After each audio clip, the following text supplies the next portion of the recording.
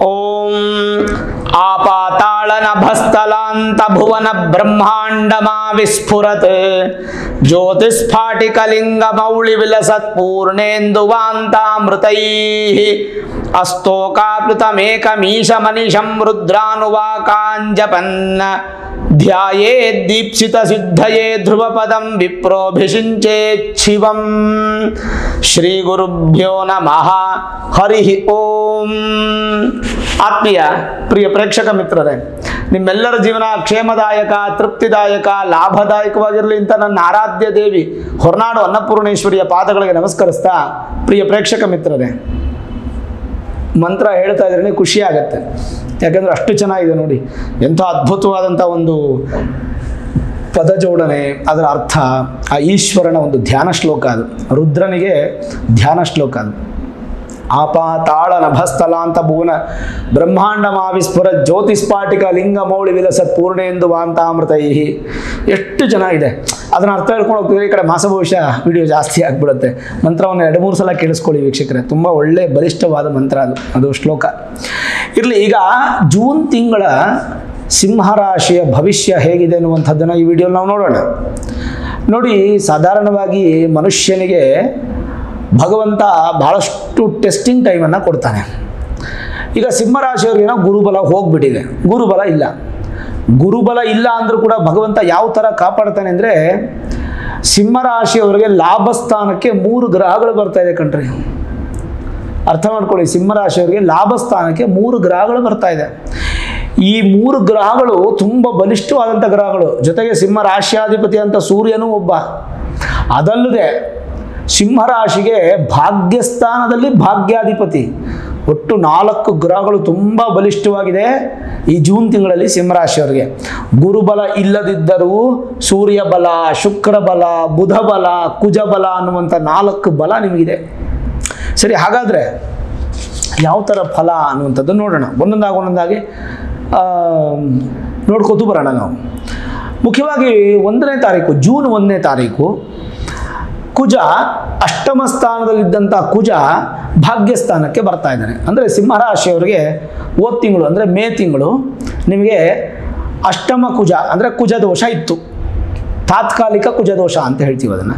ಕುಜದೋಷ ಇತ್ತು ನಿಮಗೆ. ಯಾರಿಗೆ? ಸಿಂಹರಾಶಿಯವರಿಗೆ. ಕೋಪ ಜಾಸ್ತಿ ಬರೋದು, ಅಗ್ರೆಸಿವ್ನೆಸ್ಸು, ಸಿಡಿಸಿಡಿ ಮಾಡ್ಕೊಳ್ಳೋದು, ಆಮೇಲೆ ಯಾರನ್ನೂ ನಂಬದೇ ಇರೋದು, ಸುತ್ತಮುತ್ತ ಎಲ್ಲ ಕಡೆನೂ ನೋಡಿಕೊಂಡು ಜಾಗರೂಕತೆಯಾಗಿರೋದು, ಈ ಥರದೆಲ್ಲ ಮೇ ತಿಂಗಳಲ್ಲಿ ಇತ್ತು ನಿಮಗೆ. ಜೂನ್ ತಿಂಗಳಲ್ಲಿ ಹಾಗಿಲ್ಲ. ಯಾಕಂದರೆ ಕುಜದೋಷ ಅನ್ನುವಂಥದ್ದು ನಿವೃತ್ತಿ ಆಯಿತು. ತಾತ್ಕಾಲಿಕ ಕುಜದೋಷ ನಿವೃತ್ತಿಯಾಗಿ ಕುಜ 9ನೇ ಮನೆಗೆ ಬಂದುಬಿಟ್ಟ. 9ನೇ ಮನೆಗೆ ಕುಜ ಬಂದಾಗ ಏನಾಯಿತು? ಭಾಗ್ಯಸ್ಥಾನದಲ್ಲಿ ಭಾಗ್ಯ ಫಲ. ಯಾವ ಯೋಗದಲ್ಲಿದ್ದಾನೆ? ರುಚಕ ಯೋಗದಲ್ಲಿ, ಸ್ವಕ್ಷೇತ್ರದಲ್ಲಿದ್ದಾನೆ. 9th house lord is in 9th house. ಭಾಗ್ಯಸ್ಥಾನದಲ್ಲಿ ಭಾಗ್ಯಾಧಿಪತಿ ಇದ್ದಾನೆ. ಏನು ಫಲ ಹಾಗಾದರೆ? ಅದು ಏನೇನು ಭಾಗ್ಯಸ್ಥಾನ ಅಂದರೆ ಏನು ಅಂದರೆ ನಿಮಗೆ ಭಾಗ್ಯಗಳನ್ನು ತಂದೊಡ್ಡುವಂತಹ ಒಂದು ಸ್ಥಾನ. ಏನೇನು ಭಾಗ್ಯ ಹಾಗಾದರೆ? ವಿವಾಹ ಭಾಗ್ಯ, ಸಂತಾನ ಭಾಗ್ಯ, ಗೃಹ ಭಾಗ್ಯ, ವಾಹನ ಭಾಗ್ಯ, ಹೀಗೆ ಭಾಗ್ಯಗಳು ನಿಮ್ಮನ್ನು ಹುಡುಕೊಂಬರುತ್ತೆ. ಸರಿ, ಹಾಗಾದರೆ ಚಿಕ್ಕ ಮಗುಗೆ ಹೇಗೆ ಅಪ್ಲೈ ಆಗುತ್ತಿದ್ದು? ಈಗ ಒಂದು 10 ವರ್ಷದ ಮಗು ಸ್ಕೂಲ್ಗೆ ಹೋಗ್ತಾ ಇದೆ. ಆ ಮಗುಗೆ ಹೇಗೆ ಅಪ್ಲೈ ಆಗುತ್ತೆ? ವಾಹನ ಯೋಗ ಆಗಲ್ಲ. ನಿಮ್ಮ ವಯಸ್ಸಿಗೆ, ನಿಮ್ಮ ಅನುಕೂಲಕ್ಕೆ ತಕ್ಕಂತೆ ಇದು ಅಪ್ಲೈ ಆಗುತ್ತೆ. ಹಾಗಾಗಿನೇ ಹೇಳ್ತಾ ಇರೋದು ನಾನು, ರಾಶ್ಯಾಧಿಪತಿಗಿಂತ ರಾಶಿಯಿಂದ 9ನೇ ಮನೆಯಲ್ಲಿರ್ತಕ್ಕಂಥ ಗ್ರಹ, ಆ ಮನೆಯ ಅಧಿಪತಿಯಾದಂಥ ಕುಜ ನಿಮಗೆ ಭೂಮಿ ಯೋಗವನ್ನು, ರೈತರಿಗೆ ಸಂತೋಷ ಜೀವನವನ್ನು, ಮತ್ತು ಭೂಮಿಯನ್ನು ನಂಬಿ ಜೀವನ ಮಾಡುವಂಥ ಎಲ್ಲ ಥರದ ವೃತ್ತಿ ಮತ್ತು ವ್ಯಾಪಾರದ ವ್ಯಕ್ತಿಗಳಿಗೆ ಎಲ್ಲರಿಗೂ ಅನುಕೂಲ. ಜೊತೆಗೆ ನಿಮಗೆ ಸುಖಾಧಿಪತಿನೂ ಅವನೇ. ನಿಮಗೆ ಸುಖ ಕೊಡೋದು ಯಾರು? ಕುಜಾನೇ ಸುಖ ಕೊಡಬೇಕು. ಸಿಂಹರಾಶಿಯವರಿಗೆ ಚತುರ್ಥ ಭಾವಾಧಿಪತಿ, ಸುಖಾಧಿಪತಿ, ಮಾತೃಸ್ಥಾನಾಧಿಪತಿ, ಭಾಗ್ಯಾಧಿಪತಿ ಎಲ್ಲವೂ ಕುಜನೇ. ಆ ಕುಜ ನಿಮಗೆ ಯೋಗಕಾರಕ. ಈ ಜೂನ್ ತಿಂಗಳಲ್ಲಿ ಕುಜ ನಿಮಗೆ ಯೋಗಕಾರಕ. ಆ ಯೋಗವನ್ನು ಉಪಯೋಗಿಸ್ಕೊಳ್ಬೇಕು ಸಿಂಹರಾಶಿಯವರು. ತುಂಬ ಚೆನ್ನಾಗಿರ್ತೀರಾ, ಚಿಂತೆ ಮಾಡೋ ಅವಶ್ಯಕತೆ ಇಲ್ಲ. 9ನೇ ಮನೆಯಲ್ಲಿ ಕುಜ ಇದ್ರೆ ಏನು ಫಲ? ಶ್ಲೋಕ ಏನು ಹೇಳುತ್ತೆ? ಒಂದೊಂದಾಗಿ ನೋಡ್ಕೊಂಡು ಹೋಗ್ಬಿಡೋಣ. 9ನೇ ಮನೆಯಲ್ಲಿ ಕುಜ. ನೃಪ ಸಹೃದಪಿ ದ್ವೇಷ್ಯತಾತಃ ಶುಭೆ ಜನಘಾತಕೋ. ಅಂದರೆ ಕುಜನು ನವಮದಲ್ಲಿದ್ದಾಗ ಗೋಚಾರದ ರೀತಿಯಾಗಿ ರಾಜನ ಮಿತ್ರನಾದರೂ, ಅಂದರೆ ರಾಜನಿಗೆ ಮಿತ್ರನಾಗ್ತಾನೆ. ಆಮೇಲೆ ಈ ಪೊಲೀಸರಿಗೆ ಮತ್ತು ಜವಾನರಿಗೆ, ಅಂದರೆ ನಮ್ಮ ಒಂದು ಸೈನಿಕರಿಗೆ ಮತ್ತು ಸೇನಾಧಿಪತಿಗಳಿಗೆ, ಡಿಫೆನ್ಸ್ ಸಿಸ್ಟಮಲ್ಲಿರ್ತಕ್ಕಂಥ ಪ್ರತಿಯೊಬ್ಬರಿಗೂ, ಪೊಲೀಸ್ ಸಿಸ್ಟಮಲ್ಲಿರ್ತಕ್ಕಂಥ ಪ್ರತಿಯೊಬ್ಬರಿಗೂ, ಹಾಗೆ ಅಗ್ನಿಶಾಮಕ ದಳ ಆಗಬಹುದು, ಹೀಗೆ ತುಂಬ ಈ ಸೇನಾ ನಾಯಕ ಸಂಬಂಧಪಟ್ಟಂಥ ರಕ್ಷಣಾ ವಲಯದಲ್ಲಿರ್ತಕ್ಕಂಥ ಪ್ರತಿಯೊಬ್ಬರಿಗೂ ಕೂಡ ಅಧಿಕಾರಿಗಳೆಂದರದು ಕೆಲಸ ಮಾಡುವಂಥವ್ರು ಅಷ್ಟೂ ಜನಕ್ಕೂ ಕೂಡ ತುಂಬ ಅನುಕೂಲ ಆಗುತ್ತೆ. ಡಿಟೆಕ್ಟಿವ್ ಏಜೆನ್ಸಿ ಇಟ್ಕೊಂಡಿರ್ತಕ್ಕಂಥವ್ರೊಳಗೆ ಎಲ್ಲ ಭಾಳ ಚೆನ್ನಾಗಿರುತ್ತೆ. ಆಮೇಲೆ ಪೊಲೀಸ್ನವರಾಗಲಿ ಯಾರೇ ಆಗಲಿ ಈ ಟೈಮಲ್ಲಿ ಅವ್ರು ಏನು ಕೆಲಸ ಮಾಡಬೇಕೋ ಕೆಲಸ ಮಾಡಿ ಪ್ರಮೋಷನ್ಗಳನ್ನ ತೊಗೊಂಡ್ಬಿಡ್ತಾರೆ, ಮೆಡಲ್ ತೊಗೋತಾರೆ. ಯಾಕೆಂದರೆ ಕುಜ ಬಲಿಷ್ಠವಾಗಿದ್ದಾನೆ ಸಿಂಹರಾಶಿಯವರಿಗೆ, ಒಂದು ಒಳ್ಳೆ ಫಲ. ಆಮೇಲೆ ಅಪರಾಧಿಗಳು ನಿಮ್ಮಿಂದ ದೂರ ಹೋಗ್ಲಿಕ್ಕೆ ಸಾಧ್ಯ ಇಲ್ಲ. ಎಲ್ಲರೂ ಸಂದೇಹವಾಗೇ ನೋಡ್ತೀರಾ, ಬಹಳ ಬೇಗ ನೆಗೆಟಿವ್ನ ಕಂಡುಹಿಡಿದು ಬಿಡ್ತೀರಾ. ಆಮೇಲೆ ಪಿತೃಸುಖ, ತಂದೆಯ ಸುಖ, ತಾಯಿಯ ಸುಖ ಹೆಚ್ಚು ನಿಮಗೆ ಈ ಒಂದು ತಿಂಗಳಲ್ಲಿ ಸಿಗುವಂಥ ಸಾಧ್ಯತೆಗಳು ಜಾಸ್ತಿ ಇರುತ್ತೆ. ಅದಂತೂ ತುಂಬ ಅನುಕೂಲ ಪ್ರಾಪ್ತಿ ಆಗುವಂಥ ರೀತಿಯಲ್ಲಿ ಕುಜ ಇದ್ದಾನೆ. ಸರಿ, ನೆಕ್ಸ್ಟು 12ನೇ ತಾರೀಕು, ಜೂನ್ 12ನೇ ತಾರೀಕು ಶುಕ್ರ 11ನೇ ಮನೆಗೆ ಬರ್ತಾ ಇದ್ದಾರೆ. ಶುಕ್ರ 11ನೇ ಮನೆಗೆ ಬಂದಾಗ ನಿಮಗೇನು ಶುಕ್ರ ಏನೇನಾಗ್ತಾನೆ? ಶುಕ್ರ ನಿಮಗೆ ದಶಮಾಧಿಪತಿ ಹಾಗೂ ತೃತೀಯಾಧಿಪತಿ, ಧೈರ್ಯ ಸ್ಥೈರ್ಯ ಶೌರ್ಯ ವಿಜಯ ಸ್ಥಾನಕ್ಕೂ, ಹಾಗೂ ದಶಮ ಅಂದರೆ ಕರ್ಮಸ್ಥಾನಕ್ಕೂ, ಕರ್ಮಸ್ಥಾನ ಅಂದರೆ ವೃತ್ತಿ ಸ್ಥಾನಕ್ಕೂ ಅಧಿಪತಿಯಾದಂತಹ ಶುಕ್ರ ಲಾಭಸ್ಥಾನಕ್ಕೆ ಬರ್ತಾರೆ. ಶುಕ್ರ ಲಾಭಸ್ಥಾನಕ್ಕೆ ಬಂದರೆ ಏನು ಫಲ ಅದನ್ನು ನೋಡೋಣ. ಶುಕ್ರ ಲಾಭಸ್ಥಾನಕ್ಕೆ ಬಂದರೆ ಧನಾಢ್ಯಮಿತರಾಂಗನಾರಮನೇಕಂ ಸೌಖ್ಯಂ ಭವೇ ಭೃಗುರ್ಜನಯತಿ ಸರತಿ ಸೌಖ್ಯ ವಿತ್ತ ದ್ಯುತಿಂ ಅಂತೇಳಿ ಏನು ಹೇಳುತ್ತೆ? ಶುಕ್ರನು ಗೋಚಾರದಲ್ಲಿ ದಶಮಾಧಿಪತಿಯು ತೃತೀಯಾಧಿಪತಿಯು ಸಿಂಹರಾಶಿಯವರಿಗೆ ಆದಲ್ಲಿ ಗೋಚಾರದ ರೀತಿಯಾಗಿ ಧನವಂತರಾಗುವಂಥದ್ದು, ಅಂದರೆ ಧನ ಸಂಪಾದನೆಯಲ್ಲಿ ಹೆಚ್ಚಾಗುತ್ತೆ. ಸ್ತ್ರೀಯರಿಂದ ನಿಮಗೆ ಧನಲಾಭ, ಪುರುಷರಿಂದ ಸ್ತ್ರೀಯರಿಗೆ ಧನಲಾಭ, ಮತ್ತು ಆಸಕ್ತರಾಗ್ತೀರಾ, ಹೆಚ್ಚು ಆಕರ್ಷಣೆಗೆ ಒಳಗಾಗ್ತೀರಾ. ಅದಾಗಬಾರದು. ಅದರ ಅರ್ಥ ಏನಪ್ಪ ಅಂದರೆ ಹೆಣ್ಣುಮಕ್ಕಳಾಗಲಿ ಗಂಡು ಮಕ್ಕಳಾಗಲಿ, ಹೆಣ್ಮಕ್ಳು ಪರಪುರುಷರ ಆಕರ್ಷಣೆ ಆಗಬಾರ್ದು, ಗಂಡು ಮಕ್ಕಳು ಪರಸ್ತ್ರೀಯರ ಆಕರ್ಷಣೆ ಆಗಬಾರ್ದು. ಅದೆಲ್ಲ ಹೆಚ್ಚು ಕಂಡು ಬರುತ್ತೆ. ಸ್ವಲ್ಪ ಜಾಗರೂಕತೆಯಾಗಿರಿ. ಮತ್ತು ಅನೇಕ ಸುಖಗಳನ್ನು ಅನುಭವಿಸುವಂತಹ ಯೋಗ ನಿಮಗೆ ಪ್ರಾಪ್ತಿಯಾಗುತ್ತೆ. ಧೈರ್ಯ ಹೆಚ್ಚಾಗುತ್ತೆ.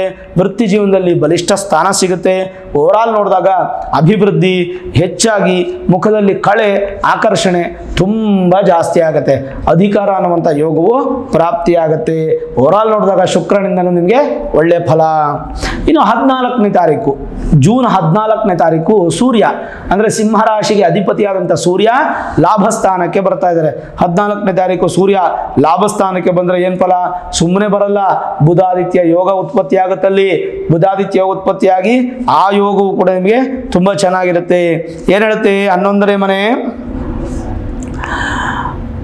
ಭಗವತೈರ್ಕೆ ಬಹುಧನಾರ್ಯುತ ವಿಗತ ಶೋಕೋ ಜನಪತಿ. ಸೂರ್ಯನು ಏಕಾದಶ ಭಾವದಲ್ಲಿ ರಾಶ್ಯಾಧಿಪತಿಯಾಗಿ ಮಿತ್ರನ ಮನೆಯಲ್ಲಿದ್ದರೆ ಅನೇಕ ಪ್ರಕಾರದ ಧಾನ್ಯ ಸಂಪತ್ತುಗಳನ್ನು ಹೊಳ್ಳುತ್ತಾನೆ. ಅಂದರೆ ನಿಮಗೆ ಬರುತ್ತೆ, ಹೊಳ್ಳುತ್ತಾರೆ ಅಂತ ಹೇಳ್ಬೋದು. ಬರೀ ಗಂಡಸರಿಗೆ ಮಾತ್ರ ಅಲ್ಲ, ಸ್ತ್ರೀರಿಗೂ ಅಪ್ಲೈ ಆಗುತ್ತೆ. ದೀರ್ಘಾಯುಷಿ ಅಂದರೆ ಈ ತಿಂಗಳಲ್ಲಿ ಏನಾದ್ರು ನಿಮಗೆ ಅವಘಡಗಳು ಅಪಘಾತಗಳು ಇದ್ರೂ ಕೂಡ ದೂರ ಆಗ್ಬಿಡ್ತೀರಾ. ಕೂದಲೆಲ್ಲ ತಪ್ಪಿಸ್ಕೊಂಡ್ಬಿಡ್ತೀರಾ. ಆಯುಷ್ ಗಟ್ಟಿ, ತಲೆ ಮೇಲೆ ಬಂಡೆ ಬಿದ್ದರೂ ಆಗಲ್ಲ.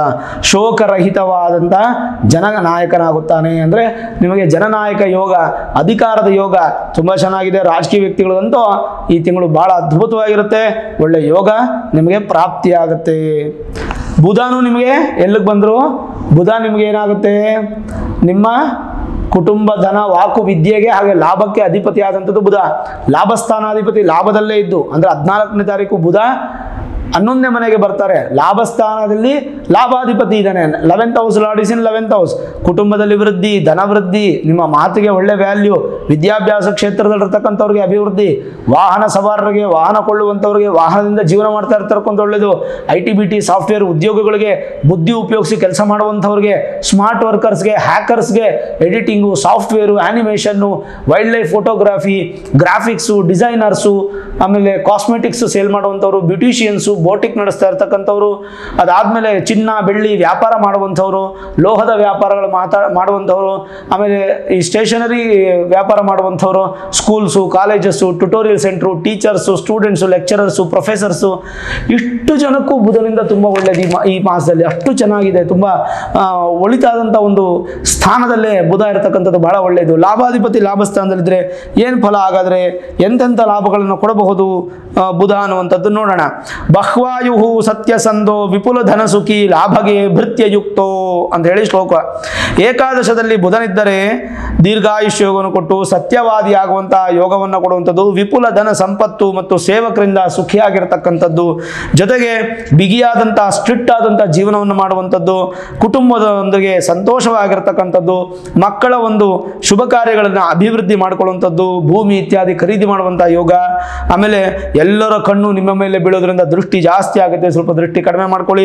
ಅಲಂಕಾರ ಒಂಚೂರು ಕಡಿಮೆ ಮಾಡ್ಕೊಳ್ಳಿ, ಅಲಂಕಾರದ ಬಗ್ಗೆ ಹೆಚ್ಚು ಗಮನ ಕೊಡಬೇಡಿ. ತುಂಬ ಗಮನ ಕೊಟ್ಟರೆ ದೃಷ್ಟಿ ಆಗೋದು, ವಾಂತಿ ಆಗೋದು, ಸುಸ್ತಾಗೋದು, ಹಾಸ್ಪಿಟಲೈಸ್ ಆಗೋದು, ಈ ಥರದ್ದು ಆಗೋ ಸಾಧ್ಯತೆಗಳಿರುತ್ತೆ. ಮನುಷ್ಯನ ಕಣ್ಣು ತುಂಬ ಕೆಟ್ಟದ್ದು. ನಿಮ್ಮ ಕಣ್ಣು ನೀವು ಕನ್ನಡಿ ಮುಂದೆ ನಿಂತ್ಕೊಂಡು ಅಲಂಕಾರ ಮಾಡಿಕೊಂಡ್ರೆ ನಾನು ಅಷ್ಟು ಚೆನ್ನಾಗಿದ್ದೀನಿ ಅಂತಂದರೆ ಮುಗೀತು, ನಿಮ್ಮ ದೃಷ್ಟಿ ಆದಂಗೆ ಲೆಕ್ಕ. ಹಾಗಾಗಿ ಸುಂದರವಾದಂಥ ಒಂದು ಶರೀರ, ಆಕರ್ಷಣೆ, ಭಾಗ್ಯಶಾಲಿ, ನಿರ್ಭಯ, ಭಯ ನಿವೃತ್ತಿಯಾಗಿ ಸಂತತಿ ಸುಖ ವೃದ್ಧಿಯಾಗಿ ಸುಖವಾಗಿರ್ತೀರಾ, ಅಭಿವೃದ್ಧಿಯನ್ನು ಕಾಣ್ತೀರಾ. ಇಷ್ಟು ಕೂಡ ಬುಧನಿಂದ ನಿಮಗೆ ಸಿಗ್ತಾ ಇರತಕ್ಕಂಥ ಫಲ. ಇನ್ನು ಶನಿ, ಕಂಟಕ ಶನಿ ಪ್ರಭಾವ, 7ನೇ ಮನೆ ಶನಿ ನೇರ ದೃಷ್ಟಿ ಸಿಂಹರಾಶಿಯವರ ಮೇಲೆ ಇರೋದ್ರಿಂದ ಶನಿ ನಿಮಗೆ ಕಂಟಕವಾಗಿರ್ತಕ್ಕಂಥದ್ದು. ಹಾಗಾಗಿ ನೀವು ತಿಂಗಳಿಗೊಮ್ಮೆ, ಪ್ರತಿ ತಿಂಗಳಿಗೊಮ್ಮೆ, ಹೋದ ತಿಂಗಳು ಹೇಳಿದೆ ಅದಕ್ಕೂ ತಿಂಗಳು ಹೇಳ್ತೀನಿ, ಈ ತಿಂಗಳು ಹೇಳ್ತೀನಿ, ಬರೋ ತಿಂಗಳು ಹೇಳ್ತೀನಿ. ನಿಮಗೆ ಕಂಟಕ ಶನಿ ಯಾವಾಗವರೆಗೂ ಇದೆ?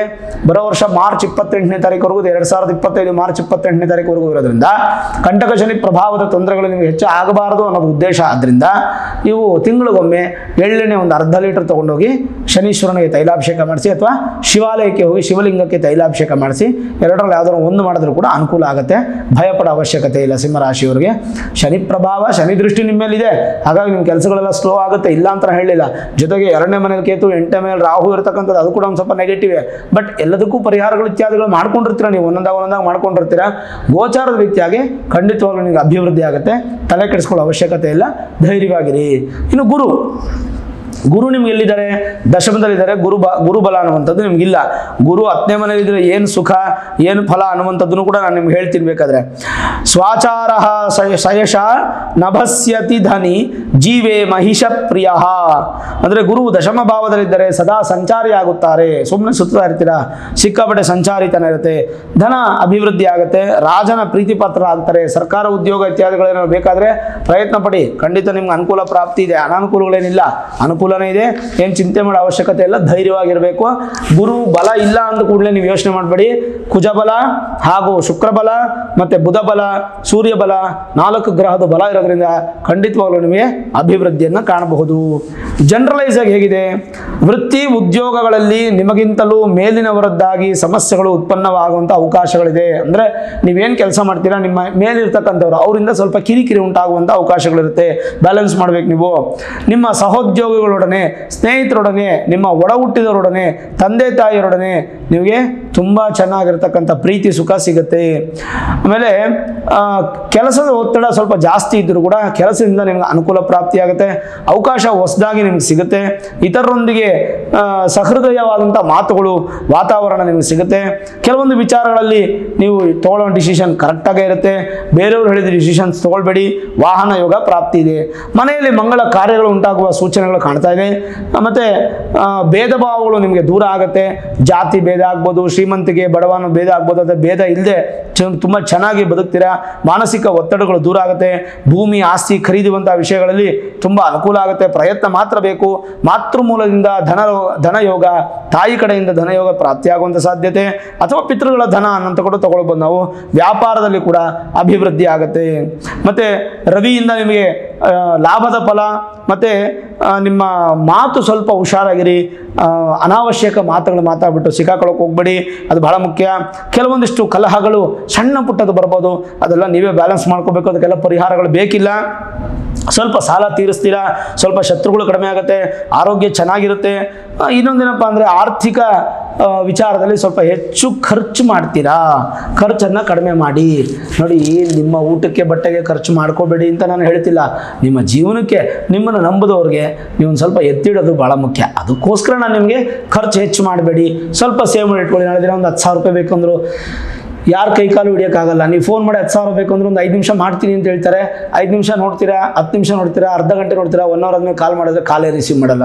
ಯಾಕೆ ಅಂತಂದರೆ ಅವ್ರು ಕೂಡ ದುಡ್ಡು ಇರಲ್ಲ, ಕೊಡೋಕ್ಕೆ ಇಷ್ಟ ಇರೋದಿಲ್ಲ, ಹಾಗಾಗಿ ಕೊಡಲ್ಲ. ನಿಮ್ಮ ದುಡ್ಡು ಇದ್ದರೆ ನೀವು ಯಾರನ್ನು ಕೇಳಬೇಕು? ಯಾಕೆ ಕೇಳಬೇಕು? ನಿಮಗೋಸ್ಕರ ಅಲ್ಲದಿದ್ರು ನಿಮ್ಮ ಪರಿವಾರಕ್ಕೋಸ್ಕರ ಅದು ಸ್ವಲ್ಪ ದುಡ್ಡನ್ನು ಸೇವ್ ಮಾಡಿ ಇಟ್ಕೊಳ್ಳಿ. ನಿಮ್ಮ ಮಗನಿಗೋಸ್ಕರ, ಮಗಳಿಗೋಸ್ಕರ, ಹೆಂಡತಿಗೋಸ್ಕರ, ಅಥವಾ ಹೆಣ್ಮಕ್ಳು ನಿಮ್ಮ ಗಂಡನಿಗೋಸ್ಕರ, ತಂದೆ ತಾಯಿಗೋಸ್ಕರ, ಯಾರಿಗೋಸ್ಕರ ಅದು ಸೇವ್ ಮಾಡಿ ಇಟ್ಕೊಳ್ಳಿ. ಒಂದು ಸ್ವಲ್ಪ ದುಡ್ಡು ನಮ್ಮದು ಅಂತ ಇರಲಿ. ಒಂದು ಇನ್ಶೂರೆನ್ಸ್ ಮಾಡಿಸಿಟ್ಕೊಳ್ಳೋದು, ಒಂದು ಲೈಫ್ ಇನ್ಶೂರೆನ್ಸು, ಹೆಲ್ತ್ ಇನ್ಶೂರೆನ್ಸು ಮಾಡಿಸಿಟ್ಕೊಳ್ಳುವಂಥದ್ದು. ಎಮರ್ಜೆನ್ಸಿಗೆ ಯಾರೂ ಬರಲ್ಲ, ಭಗವಂತ ಯಾವುದಾದ್ರು ರೂಪದಲ್ಲಿ ಬರಬೇಕಷ್ಟೇ, ಬಿಟ್ಟರೆ ನಿಮಗೆ ಯಾರೂ ಬರೋದಿಲ್ಲ ವೀಕ್ಷಕರೇ. ಹಾಗಾಗಿ ಧೈರ್ಯವಾಗಿರಿ. ಈ ತಿಂಗಳು ಯಾವುದೂ ಪರಿಹಾರಗಳು ಬೇಕಾಗಿಲ್ಲ. ಶನೀಶ್ವರನ ಮಾತ್ರ ತೈಲಾಭಿಷೇಕ ಅನ್ನುವಂಥದ್ದು ಮಾಡಿಸಿದ್ರೆ ಸಾಕು, ಇನ್ನೇನು ಅವಶ್ಯಕತೆ ಇಲ್ಲ. ಸಾಧ್ಯವಾದರೆ ಶನೀಶ್ವರ ಸ್ತೋತ್ರಗಳೆಲ್ಲ ನಿಮಗೆ ಯೂಟ್ಯೂಬಲ್ಲಿ ಸಿಗುತ್ತೆ. ಯಾವುದಾದ್ರು ಒಂದು ಶನೀಶ್ವರ ಸ್ತೋತ್ರವನ್ನು ದಿನ ಕೇಳೋದ್ರಿಂದ ಕೂಡ ನಿಮಗೆ ಒಳ್ಳೆಯದು. ಸಿಂಹರಾಶಿಯವರಿಗೆ ಕಂಟಕ ಶನಿ ಪ್ರಭಾವ ನಿಮಗೆ ಇರೋದಿಲ್ಲ. ಮೇಲಾಗಿ ಏನಾದರೂ ಇನ್ನೂ ದೊಡ್ಡ ದೊಡ್ಡ ವಿಷಯಗಳ ಡಿಸಿಷನ್ ತಗೋಬೇಕಂದ್ರೆ ನಿಮ್ಮ ಮೂಲ ಜಾತಕವನ್ನು ಒಮ್ಮೆ ನುರಿತ ಜ್ಯೋತಿಷ್ಯರಿಗೆ ತೋರಿಸಿ, ವೇದಿಕ್ ಅಸ್ಟ್ರಾಲಜಿ, ಹೈಯರ್ ಅಸ್ಟ್ರಾಲಜಿ ಪ್ರಿಡಿಕ್ಷನ್ಸನ್ನು ಮಾಡಿಸಿ ಭಗವಂತನ ಆಶೀರ್ವಾದನ ಪಡ್ಕೊಳ್ಳಿ. ಏನಾದರೂ ಪರಿಹಾರ ಮಾಡಬೇಕಾದ್ರೆ ಸಣ್ಣ ಪುಟ್ಟ ಪರಿಹಾರ ಮಾಡ್ಕೊಳ್ಳಿ, ಖಂಡಿತ ನಿಮಗೆ ಒಳ್ಳೆಯದಾಗುತ್ತೆ. ದೊಡ್ಡ ಪ್ರಮಾಣದಲ್ಲಿ 1 ಲಕ್ಷ 2 ಲಕ್ಷ ಖರ್ಚು ಮಾಡಿ ಏನೋ ನೀವು ಹೋಮಗಳು ಶಾಂತಿಗಳು ಮಾಡಿಸೋ ಅವಶ್ಯಕತೆ ಇಲ್ಲ. ನೀಡೆಡ್ ಇದ್ದರೆ ಮಾಡಿಸಿ, ಸಮಸ್ಯೆ ಇದ್ದರೆ ಮಾಡಿಸಿ, ಇಲ್ಲಾಂದರೆ ಸಿಂಪಲ್ ಪರಿಹಾರದಲ್ಲಿ ಪರಿಹಾರ ಮಾಡ್ಕೊಳ್ಳಿ. ಜ್ಯೋತಿಷ್ಯರ ಹತ್ರ ಮಾತಾಡ್ಬಿಟ್ಟು ಪರಿಹಾರ ಮಾಡ್ಕೊಳ್ಳಿ. ನೋಡಿ ವೀಕ್ಷಕರೇ, ನಾನು ನಿಮ್ಮೊಂದು ಸೇವೆ ಮಾಡಲಿಕ್ಕೆ ನನಗೊಂದು ಅವಕಾಶ ಭಗವಂತ ಕೊಟ್ಟಿದ್ದಾನೆ. ಈ 2 ಮದುವೆ ಸಂಬಂಧಪಟ್ಟ ಹಾಗೆ ಸುಮಾರು ಜನ ನೋವು ತಿಂತಾ ಇದ್ದಾರೆ ಈ ಕಾಲದಲ್ಲಿ. ಅಂದರೆ ಮೊದಲನೇ ಮದುವೆ ತುಂಬ ಭಯಾನಕವಾಗಿ ಅಂತ್ಯ ಕಂಡಾಗ ಸಾಧಾರಣವಾಗಿ 2ನೇ ಮದುವೆ ಮಾಡ್ಕೋಬೇಕಾ ಬರುವಂಥ ಭಯ ಇರುತ್ತೆ. ಆದರೆ ನನಗೆ ತುಂಬ ಜಾತಕಗಳು ಬರ್ತಾ ಇರುತ್ತೆ. ಹೆಣ್ಣಿನ ಜಾತಕವೂ ಬರುತ್ತೆ, ಗಂಡಿನ ಜಾತಕವೂ ಬರುತ್ತೆ. ನೀವೇನಾದರೂ 2ನೇ ಮದುವೆ ಮಾಡ್ಕೋಬೇಕು ಅಂತ ಇಚ್ಛೆ ನಿಮ್ಮಲ್ಲಿ ಇತ್ತಂದರೆ ನೋ ಕಾಸ್ಟ್, ದುಡ್ಡು 1 ರೂಪಾಯಿ ಕಳಿಸಂಗಿಲ್ಲ, 1 ರೂಪಾಯಿ ಕೊಡಂಗೇನಿಲ್ಲ. ನೀವು ಕಳಿಸ್ಬೋದು, ನಿಮ್ಮ ಡೀಟೇಲ್ಸು, ಬಯೋಡೇಟಾ, ಫೋಟೋಸ್ ಎಲ್ಲ ಕಳಿಸ್ಬೋದು. ಹುಡುಗಿದು ಕಳಿಸ್ಬೋದು, ಹುಡುಗಂದು ಕಳಿಸ್ಬೋದು. ನಮ್ಮ ಕಡೆನೂ ಬರುತ್ತೆ. ಬಂದಿದ್ದನ್ನು ಆ ಕಡೆ ನಾನು ಸರ್ವ್ ಮಾಡಿ ಬಿಡ್ತೇನೆ. ನೀವು ಯಾರಾದರೂ ಓಕೆ ಅಂತಂದರೆ ನಮ್ಮ ಆಫೀಸಲ್ಲೇ ಕೂತ್ಕೊಂಡು ಮಾತಾಡಿಕೊಂಡು ಫೈನಲ್ ಮಾಡ್ಕೊಂಡು ಮದುವೆ ಆಗಿ ಸಂತೋಷವಾಗಿರಿ. ಅಂದರೆ ನೀವು ಕಳಿಸುವಂಥ ಬಯೋಡೇಟಾ ನಾವು ಹುಡುಗನ ಕಳಿಸೋದಕ್ಕೋ ಅಥವಾ ಹುಡುಗಿ ಕಳಿಸೋದಕ್ಕೋ ಉಪಯೋಗ ಆಗುತ್ತೆ. ಇದಕ್ಕೆ ಸಂಬಂಧಪಟ್ಟಾಗ ಯಾವುದೇ ಖರ್ಚುಗಳು ನಿಮಗೆ ಬರೋದಿಲ್ಲ. ಅದಾದಮೇಲೆ ಈ ಮದುವೆ ಮ್ಯಾಚ್ ಮೇಕಿಂಗ್ ಮಾಡಬೇಕಂದ್ರೆ ನೀವು ನಂತರ ಅಪಾಯಿಂಟ್ಮೆಂಟ್ ತೊಗೊಳ್ಬೇಕಾಗುತ್ತೆ. ಇಲ್ಲ ನೀವು ಬೇರೆ ಕಡೆ ಮ್ಯಾಚ್ ಮೇಕಿಂಗ್ ಮಾಡ್ಕೋತೀರಿ ಅಂದ್ರೆ ಮಾಡ್ಕೋಬೋದು, ತೊಂದರೆ ಏನಿಲ್ಲ. ಅದಾದ ನಂತರ ಏನಾದರೂ ಖರ್ಚಿದ್ರೆ ಮಾತ್ರ ನಿಮಗೆ ಇರುತ್ತೆ ಹೊರತು ಈ ಇದ್ರ ವಿಚಾರವಾಗಿ ಯಾವುದೇ ಖರ್ಚು ನಿಮಗೆ ಬರೋದಿಲ್ಲ. ನೋಡಿದ್ರಲ್ಲ ವೀಕ್ಷಕರೇ, ಅದಕ್ಕೋಸ್ಕರ ನೀವೇನಾದರೂ ಕಳಿಸ್ಬೇಕು ಅಂದರೆ ಕೆಳಗಡೆ ನಿಮ್ಗೆ ನಂಬರ್ ಕಾಣ್ತಾ ಇದೆ, 8431384001 ಕಾಣ್ತಾ ಇದೆಯಲ್ಲ, ಆ ನಂಬರ್ಗೆ ಫೋನ್ ಮಾಡಿ ಡೀಟೇಲ್ಸ್ ಎಲ್ಲ ಕೊಡಿ. ಖಂಡಿತವಾಗ್ಲೂ ನಿಮಗೆ ನಮ್ಮ ಕಡೆಯಿಂದ ಏನಾದರೂ ಅನುಕೂಲ ಆಯ್ತಂದರೆ ನಾನು ಸಂತೋಷ ಪಡ್ತೀನಿ, ನನಗೊಂದು ಸ್ವಲ್ಪ ಪುಣ್ಯ ಸಿಗಲಿ. ಈ ವಿಡಿಯೋ ಇಷ್ಟ ಆಗಿದ್ರೆ ಲೈಕ್ ಮಾಡಿ, ಶೇರ್ ಮಾಡಿ, ಮುಖ್ಯವಾಗಿ ನಮ್ಮ ಚಾನಲ್ಗೆ ಸಬ್ಸ್ಕ್ರೈಬ್ ಮಾಡಿ, ಬೆಲ್ ಐಕಾನನ್ನು ಪ್ರೆಸ್ ಮಾಡಿ. ಪ್ರತಿನಿತ್ಯ ನಾನು ಪೂಜೆ ಮಾಡುವಂತಹ ನನ್ನ ಆರಾಧ್ಯ ದೇವಿ ಹೊರನಾಡು ಅನ್ನಪೂರ್ಣೇಶ್ವರಿ ಆಶೀರ್ವಾದ ಅನುಗ್ರಹ ಸದಾಕಾಲ ಮತ್ತೊಮ್ಮೆ ನಿಮ್ಗೆ ಸಿಗಲಿ ಅಂತ ಪ್ರಾರ್ಥನೆ ಮಾಡ್ತಾ, ಸರ್ವೇ ಜನಾಃ ಸುಖಿನೋ ಭವಂತು, ಸಮಸ್ತ ಸನ್ಮಂಗಳ ನಿಭವಂತು.